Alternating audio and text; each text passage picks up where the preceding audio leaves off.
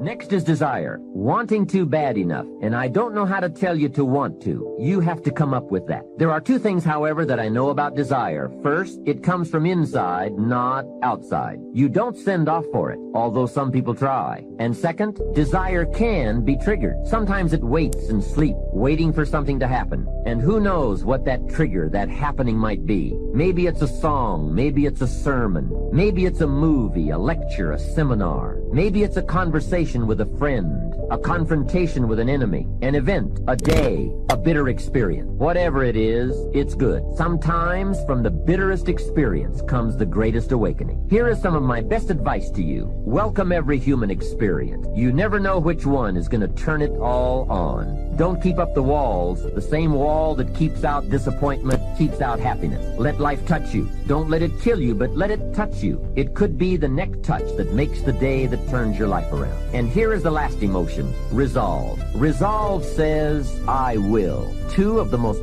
powerful words in the language, I will. Benjamin Disraeli once said, nothing can resist a human will that will stake even its existence on the extent of its purpose. Shortly put, I'll do it or die. That could be the day. The man says, I will climb the mountain. They've told me it's too high, it's too far, it's too steep, it's too rocky, it's too difficult, but it's my mountain. I will climb it. Pretty soon you will see me waving from the top or dead on the side because I'm not coming back. Hey, that's powerful. Time and fate and circumstance call a hasty conference, and they all agree. We might as well let John have it. He says he's going to get it or die. Wow, that's it. Resolve. The best definition of resolve I ever heard was from a junior high girl in Foster City, California. I'm talking to the junior high kids, and I asked the question, who can tell me what resolve means? I got several hands. Some were pretty good, but the last one was the best. She said, I think resolve means promising yourself you will never give up. I said, that's it. Best I've heard. Promise yourself you will never give up. I asked the kids, how long should a baby try to learn how to walk? How long would you give the average baby before you shut him off? You say that's crazy. Any mother in the world would say my baby is going to keep trying until it learns how to walk. No wonder almost everyone walks. What a magic formula.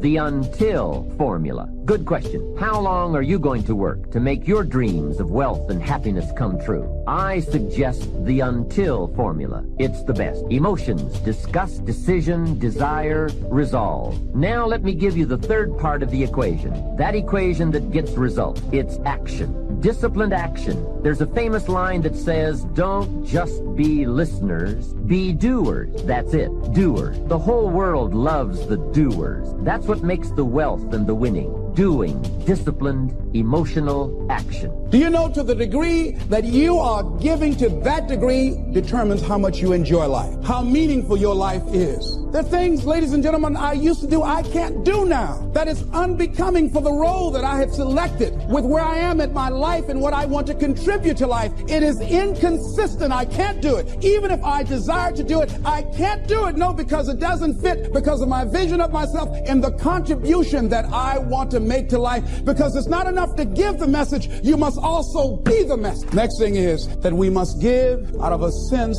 of oughtness. Immanuel Kant, in the book called Critique of Pure Reasoning, he says sometimes we must give out of a sense of oughtness, that certain things that happen, that we just say something ought to be done about this. A policeman in Washington, D.C. was working one of his patrol areas, and he came up to a car in a park, and the car was running, and he saw a figure slumped over the steering wheel. He got there looking in with a flashlight, and he saw a 14-year-old boy with a bullet through the back of his head. And he said, oh no, he has a son himself. That could have been his son. And he said, something ought to be done. We're losing too many young people. And so this man went home. He had like several $1,000s worth of exercise equipment in his basement. He rented a place. He started bringing the kids in to get them involved in taking care of their bodies and physical exercise and athletic activity. He now has expanded that to getting them involved in entrepreneurial ventures, saying that this is a free enterprise system, and the more enterprising you are, the freer you are. And now these kids have started their own business. They have a little shopping center that they run, they operate,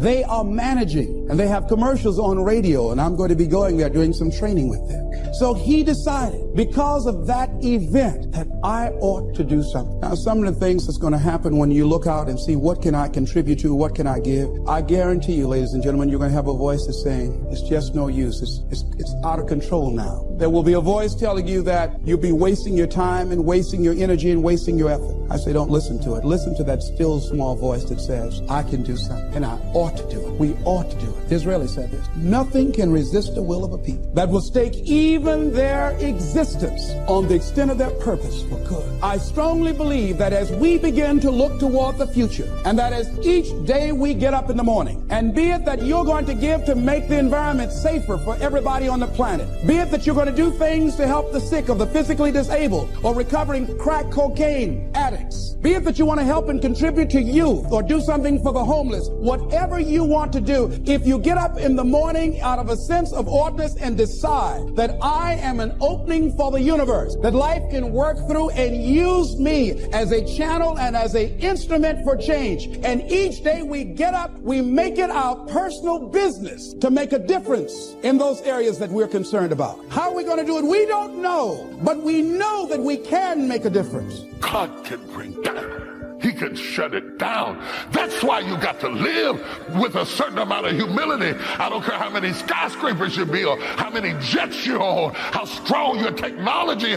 God don't care nothing about none of that. When God gets ready to shut you down, he shut down the whole world with a virus we can't even see. And not one atomic bomb did anybody any good. Not one supersonic jet did anybody any good. Not IBM, not Xerox, not Google. Not nobody could do anything about it. God used something we never even thought of. A bug from a bird shut down the planet. You don't know what God's gonna fight with, but I declare God's gonna get you out of this. Oh, you didn't hear what I said. I feel like dancing right where I stand. You don't know who God's gonna use, but God's gonna get you out of this. He doesn't have to use the deacons and the church mothers and the intercessors and the bishops and the prayer warrior. When God gets ready to use you, he can bring an idolatress. He can bring a whoremonger. God has a way of using stuff that you never even thought about. He'll use a jawbone of an ass. He'll lose 2 fish and 5 loaves. When God says enough, he'll use whatever he wants to use. He'll use anybody he wants to use. He'll touch anybody he wants to touch. He'll use a harlot like Rahab. When God says enough, he'll let a nation that you should be able to beat you. He'll let AI conquer you even after you conquer Canaan. When God gets ready to bring you out, he'll use anything. And all of a sudden he began to turn everything around. Babylon was someplace that they thought would never be destroyed. Babylon was strong and fierce. Babylon was posted by the rivers of the Euphrates. It started out as a small port. It grew into a great empire. They were ruling and conquering and taking over. But they messed around and they took God's children down into bondage. And when God got sick of it, he brought it to an end and he stopped it. And Babylon is reaping what they sowed. Fret not thyself over evildoers and how they prosper in their own way. Sooner or later, God will cause them to reap what they sow. You might be outnumbered. They may have more money. They may have more contacts. But when God gets ready to bring you out, he will bring you out. I don't know who I'm preaching to, but I feel like I'm talking to somebody. If I'm talking to you, just type win, win, win, win, win, win, win, win, win, win.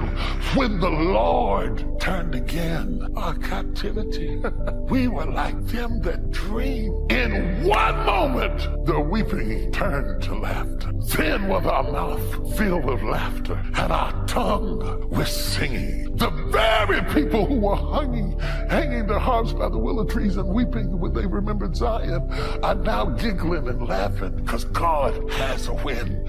I am telling all of you that are suffering and all of you that are in agony and all of you that are secretly suicidal and all of you that are depressed, don't get too used to being depressed.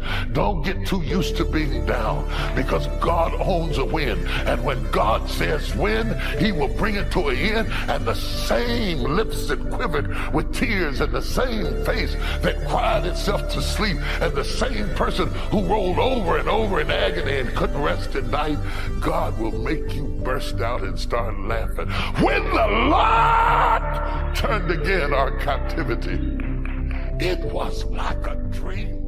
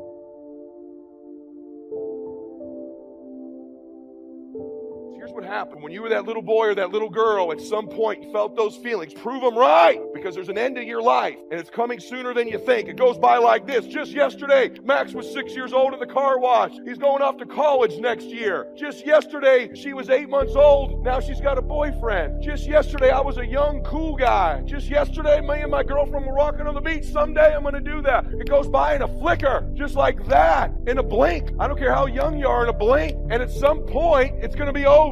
And I have this obsession as a Christian. When I die, I hope the Lord says, well done, good and faithful servant. But I got this hallucination. And even if you're not religious, I guarantee you this happened. I think when I die, I'm going to run into Papa. I'm going to get to see him again. And you're going to run into that person. You're going to get to see him again. Him and the Lord are going to be sitting there, and they're going to say, hey, I want to introduce you to somebody. This was the woman you were born to be. This was the man you were born to be. Your twin's going to be there. This is who you were born to be. These are the people you could have helped, the memories you could have had, the things you could have accomplished, how you could have felt about yourself, the things you'd have seen, done, and become. Papa's going to show, this is who you could have been. This is who I saw you to be. I couldn't say it. I didn't understand it, but I felt it. I knew you were going to be this person. Meet him. To me, heaven when we die is we meet that person we were capable of being, destined to be, and we're identical twins. Hell is you meet them and you're total stranger. You meet them and they look at you. You don't even know each other. You didn't go the places I went. You didn't help a thing. Never feel the way about yourself. Total stranger. My obsession in my life, the reason I'm here to swear to my obsession in my life when I be identical. He's going to meet me and go, hey man, proud of you. Been watching you this whole time. Man, you did it. You got off track there for a while. It took you a little while. You're a late starter. But man, you did it. You accomplished it all. You did it all. You became the man you were born to be. I'm proud of you. And I'm going to say, brother, I've been chasing you all these years. I'm running down that guy. I'm running him down. Every decision I make when I'm down and lazy and depressed and bummed out like I've been this week, and I'm not feeling good, I don't do things based on how I feel. I do things based on who I am. And who I am is that guy. I know most people don't make definite plans, but don't let that be you. The guy says, well, you work where I work, but the time you get home, it's late. You've got to have a bite to eat, watch a little TV, and get to bed. You can't sit up half of the night and plan. And this is the guy who's behind on his car note. He's a good worker, hard worker, sincere. But I've discovered that you can be sincere and work hard all your life and wind up broke and embarrassed. You've got to be better than a good worker. You've got to be a good planner, a good goal setter. You've heard the old saying, the people who fail to plan are planning to fail. It's true, so work on your plans. Put yourself in the top few percent who put this power to work for themselves. Writing your goals down also shows you are serious. And to do better, you must get serious. You don't have to be grim, but you do have to be serious. Hey, everybody hopes things will get better, but remember, the future does not get better by hope. It gets better by plan. And hope unaided by clear plans can finally become an illness. There's a Bible phrase that says, hope long delayed makes the heart sick. It's a sickness. I used to have the illness known as passive hope. It's bad. And there's one that is even worse, and that is called happy hope. That is really bad. The man is 50, and he's broke, and he's still smiling. Physically engage your body. If you ask you a question, yell back the answer. Or in a few minutes, I'm going to ask you to actively engage in a different level. Engage with each other. Do some crazy things you wouldn't normally do. What that does, it brings up engagement, 80-90% retention, because now it's not just a thought or a right, it's a feeling in your body as well. And if you do that, you're going to retain it. Who's up for doing more and holding on to more? Say, I. Then to do that, I'm going to ask a couple things. One is, if I ask you a question, please yell out the answer. You're already doing that. You're being very kind, but don't be kind anymore. Do it with more passion and intensity. Because I'm not going to ask you questions you don't know the answer to, because I want you to feel good about you. But if you yell out the answer, you'll activate your body's nervous system. Make sense? And the more you activate, the more energy you'll have. We live in a passive society, and if we're going to engage, by the way, the companies that engage, the companies that have records of 24 at the top 25% in the country, highest levels of engagement of employees, companies like Google, companies like Salesforce, companies like Apple, companies like Facebook. And by the way, guess what all the research shows? 22% more profitability, almost one for one. For every percentage of increased engagement, you almost get an increase in profitability. But I would argue you get that in your personal life as well. The more engaged you are, the more the other person will become engaged. You want to get someone engaged? You get engaged. Think about it. Everyone in this room is a leader. What's our job to do as a leader? Our job is maximize resources, right? How do we take whatever resource and get more out of it? Ourselves, other people, our economics, our business, our technology. That's the job of a leader. But you can't maximize resources if you don't have full engagement. So I'd like to see if we couldn't increase that. And so one simple way of doing that, increasing that engagement, is to start with us. Because by the way, are you going to engage other people if you're not engaged? Yes or no? Yes or no? Are you going to be able to touch other people if you're not touched? Are you going to move other people if you're not moved? And so, by the way, here's the problem. How many of you wake up on? You have certain days you wake up and you think to yourself, today, I don't want to talk to any people. Touch somebody and say, I got a flow in my ministry. I got a flow in my ministry. It's not about the money. It's about the ministry. It's about the purpose. I got to find my place. I've got to go. Can you imagine what it was like for Elisha to go in the house and tell his mom and dad somebody else is going to have to take over the family business? I will not be around next harvest season. I got to go. I know you're getting old, Dad, and I know you can't run this plow anymore, but you're going to have to get somebody. And you had all these plans of what I would be, but I'm called to a different direction. It's hard to tell your parents you're called to do something different other than what they had envisioned for you to do. That's why Jesus said, if you follow me, you got to hate your mother and father. He said, you got to love me more than you love anybody, because sometimes I'm going to send a sword of division between you and what you were connected to, because I have called you to serve on another level and in another capacity. Am I talking to anybody? And he boils his ox, and he burns his plow, and he kisses his mother mother and father goodbye, and the Bible says something that is amazing. And I just read it to you. It says that Elijah, after he kissed his mother and father goodbye, he ran after Elijah that he might minister unto him. Wow. And I preached it for years and never noticed that Elijah was called to minister to the minister, to feed the feeder, to help the helper. He was called to work in the kitchen. There was an anointing on him to bring his organizational administrative skills to the kingdom. And he had to get untangled from all the distractions that were stopping him from full commitment to what he was called to. And if you're in a support ministry, you can't serve two masters. You can't just do this on the side when you finish, when you get ready. You have to come to a point in your life that you can focus on the thing you've been called to do and really commit your efforts, because people get dumb when they come to church. They park their mind in the parking lot right beside the car. They do.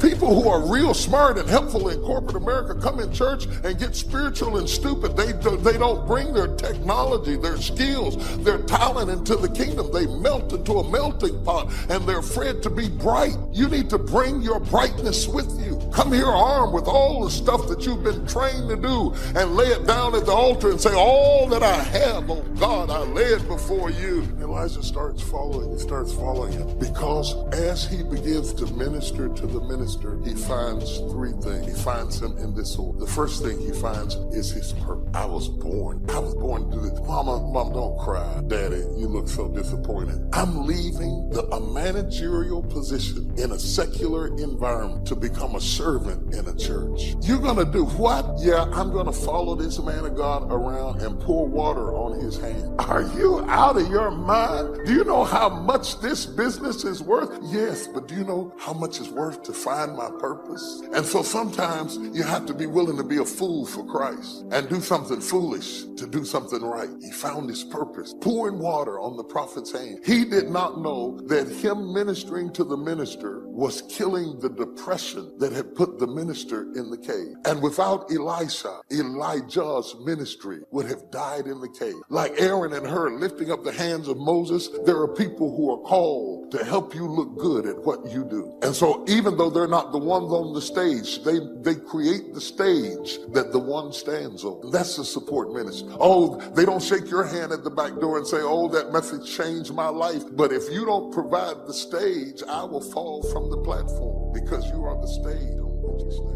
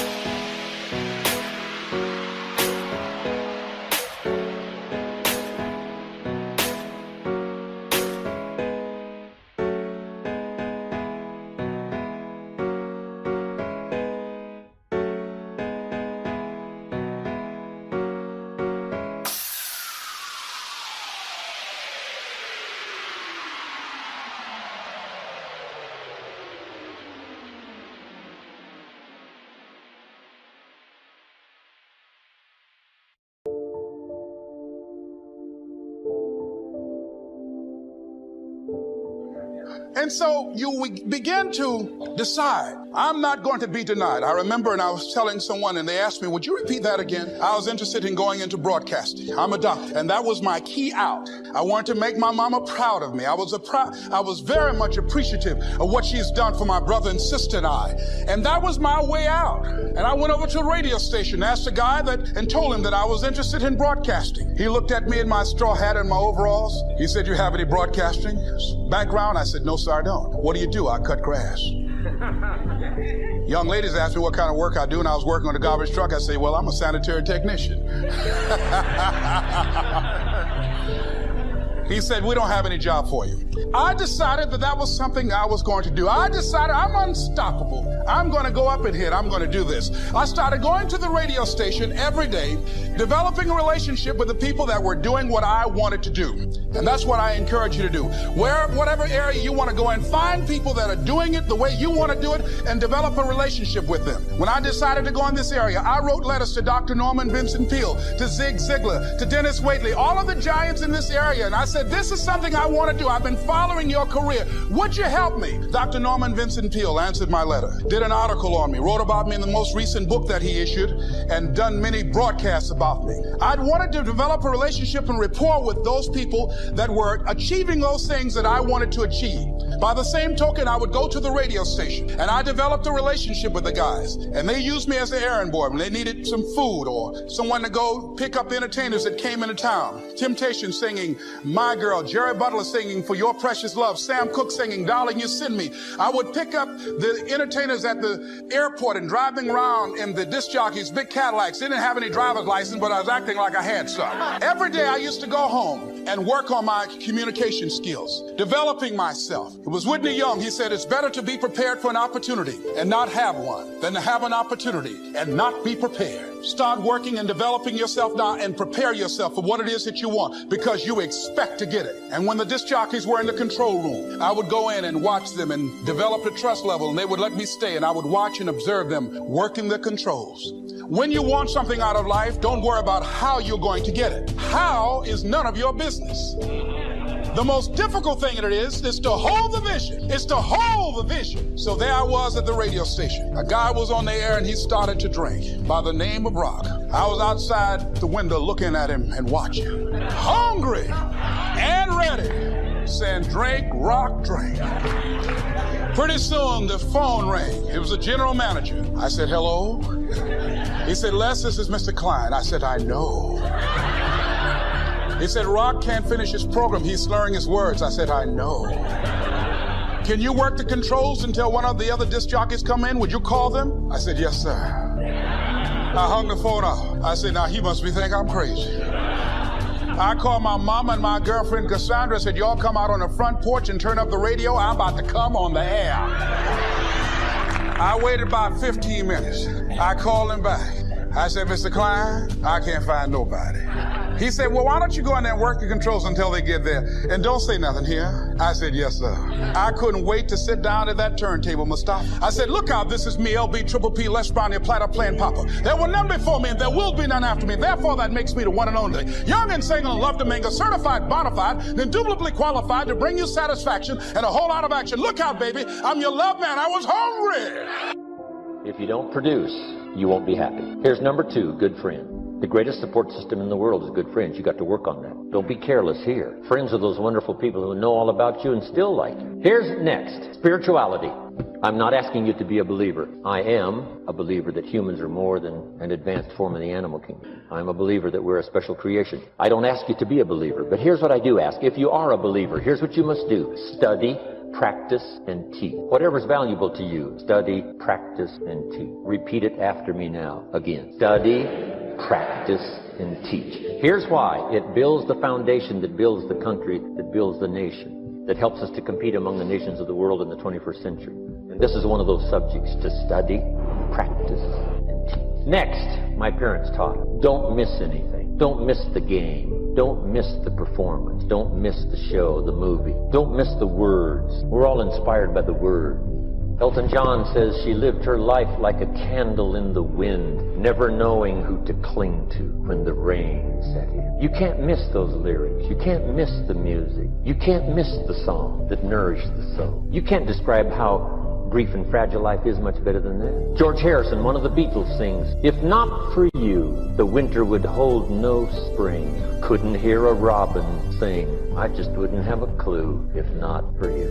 Wow. You got to remember the words that reflect the experience. Barbra Streisand sings, it used to be so natural to talk about forever, but used to be's don't count anymore. They just lay on the floor till we sweep them away. You don't sing me love songs, you don't say you need me, and you don't bring me flowers anymore. Illustrative of all of our experience. Winston Churchill said the truth is incontrovertible. Malice may attack it and ignorance may deride it, but in the end, there it is. You got to use that. Feast on someone else's comment. Because see, you could stay up all night and not think of that. I'm asking you to do your research. I'm asking you, don't miss anything. Don't miss the play. Even the little small things, don't miss. The big things, don't miss. Don't miss, don't miss. It's part of living a good life. Here's why. Jot this phrase down. It'll serve you well forever. If you live well, you will earn well. If you live well, it'll show up in the texture of your voice. If you live well, it'll show up in your face. If you live well, it'll show up in the magnetism of your personality. If you live well. So don't miss the nourishment of all the things around you that could help you live a good life. Next is the inner circle. Take care of them, they'll take care of you. Inspire them, they will inspire you. Nothing more valuable than the inner circle. That's where the power to conquer the world comes from, the inner circle. If a father walks out of the house and he can still all day long feel his daughter's kiss on his face, he's a powerful man. That nourishment of the inner circle is so incredible. If a husband walks out of the house and all day long he feels the imprint of his wife's arms around his body, he's invincible. Who can touch him? One person caring for another, the old prophet said, is the greatest of virtues. There's many virtues and values, but the greatest is love, one person caring for another. Better to live in a tent on the beach with someone you love than to live in a mansion by yourself. People caring for people. And especially that inner circle where the power is so magnificent that if you draw from it, if you nourish it, and then it nourishes you. Now here's my last comment. Ask for God's help. We could all use a little help. But my whole seminar was what you can do. A man took a rock pile, turned it into a fabulous garden.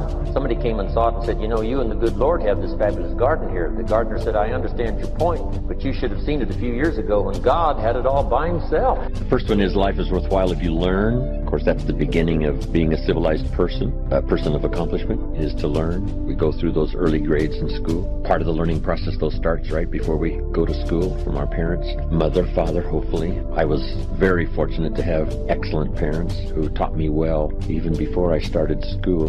My mother taught me how to read and write before I went to school, so it made school a lot easier, and I enjoyed it all the years I went through high school, 1 year of college. But my parents gave me that great extra advantage from the things they taught me in those years before school. And then the rest of it is learning as you go, from school to enterprise, getting a job, learning what marriage is all about, the opportunity and responsibility, children, learning the possibilities. It's unique that the possibilities are always far more than we can imagine. So first we imagine the possibilities, then we imagine the possibilities that are possible for us. And I think we need both. Someone gives their testimonial and said, I started with this and I became wealthy. And if I can do it, you can do it. And they take us into a story of possibilities far beyond what we think we could possibly accomplish. But at least we can take from that testimonial their comment that if I can do it, you can do it. I started with nothing and look what happened for me. You could do it. But on our part now, it's a matter of personal choice. But at least it gives us a glimpse into the full range of possibilities. The income level now in America is $5 an hour for, let's say, minimum wage, up to what? Top income last year, 68 million one person earned for 1 year. That's the full range of possibilities. Then we have to figure out on that full range of possibilities what's possible for us. Then you go as far as you can see at the moment. But accomplishment, it's just like ambition. Accomplishment helps you to see that much more. Once you've learned some skills, gotten some experience, you learn from that and you say, wow, maybe a couple of more skills and I could multiply my value by 2, by 3, by 5, plus my income, plus my ability to be influential, powerful, helpful. So it's true. Life is worthwhile if you learn. I say to the kids when I have a chance to lecture high school or college, nothing worse than being stupid. Make sure you get the information while you're here in school. You can sort through it later, throw some away, forget some, whatever, but make sure you get it. Being broke is bad, but being stupid is really bad. And what's really, really bad is being broke and stupid. Nothing worse than that unless you're sick, broke, and stupid. And that's the ultimate, unless you're ugly. Ugly, sick, broken, stupid, life's most negative scenario.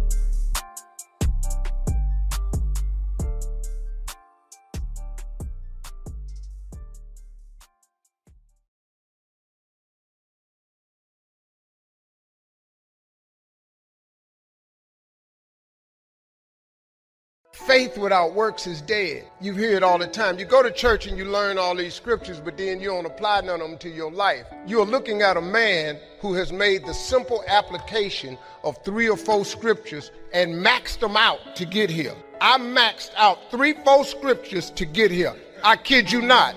I'll share them with you if you want to hear about them, but I maxed out 3, 4 scriptures to get here. I'd love to tell you I'm the funniest person ever lived, but I ain't. Richard Pryor got that. I'd love to tell you I'm the greatest entertainer, but I ain't. Michael Jackson was that. I got all that, but they gone. So I probably am. But listen, man, but I got to tell you something. If you could get a couple of things from me, if you could gather this piece of information. Albert Einstein said one. He said, imagination is everything. It's the preview to life's coming attraction. Now, I want you to get this now. Imagination is everything. It's the preview to life's coming attraction. Because if you think about it, everything you have, everything we have in this world, somebody imagined. It's your imagination is tremendous. Somebody was sitting on the phone one day talking with a cord to the wall and said, man, I wish I could just go outside with this phone. Everybody in here got a cell phone. Somebody imagined that. Somebody got tired of riding in a wagon cross country from slavery to freedom. Somebody said, I wish we had something that made these wheels move by themselves. We drive cars. People got tired of driving from New York to LA. Somebody said, I wish we could fly. We got airplanes. Imagination is everything. It's the preview to life's coming attraction. Your real life, the one God really got for you, is in your imagination. It is not in your current situation or your current paycheck. And if you've been living like that, you have then restricted yourself to a commonality that is really not yours. Because what really God got for you is really in your imagination.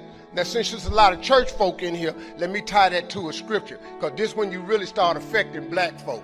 See, y'all don't really bleed nothing till you tie it to some type of church thing. So let's just go on and do that. And once again, before I start this, I am not a pastor or a preacher. So there is a scripture that Albert Einstein took this quote. It's like the book The Secret. The Secret is one of the top-selling motivational books ever. But if you read the book The Secret, it's all biblical. Everything comes from the Bible. You really don't need self-help books. You don't need The Magic of Thinking Big, The Power of Positive Thinking, How to Win Friends and Influence People, Think and Grow Rich, The Winner's Circle. I've read them all. All of that information is in Proverbs, all of it. But let me give you this scripture. You've all heard this, right? Faith is the substance of things hoped for and the evidence of things not seen. So when I told you a minute ago, you got to have a tremendous work ethic, but you got to have a lot of faith. I talk to so many people who get older, like some of us are, and they've lost their faith.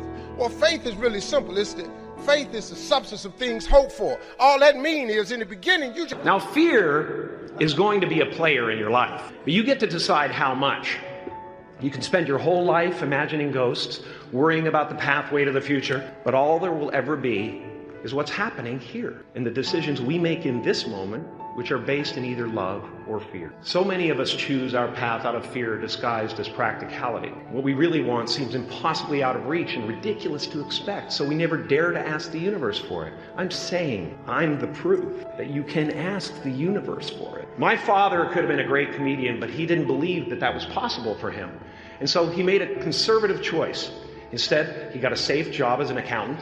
And when I was 12 years old, he was let go from that safe job, and our family had to do whatever we could to survive. I learned many great lessons from my father, not the least of which was that you can fail at what you don't, so you might as well take a chance on doing what you love. I watched the effect of my father's love and humor and how it altered the world around me, and I thought, that's something to do. That's something worth my time. It wasn't long before I started acting up. People would come over to the house, and they'd be greeted by a 7-year-old throwing himself down a large flight of stairs. When I was about 28, after a decade as a professional comedian, I realized one night in LA that the purpose of my life had always been to free people from concern, just like my dad. And when I realized this, I dubbed my new devotion the Church of Freedom from Concern. And I dedicated myself to that ministry.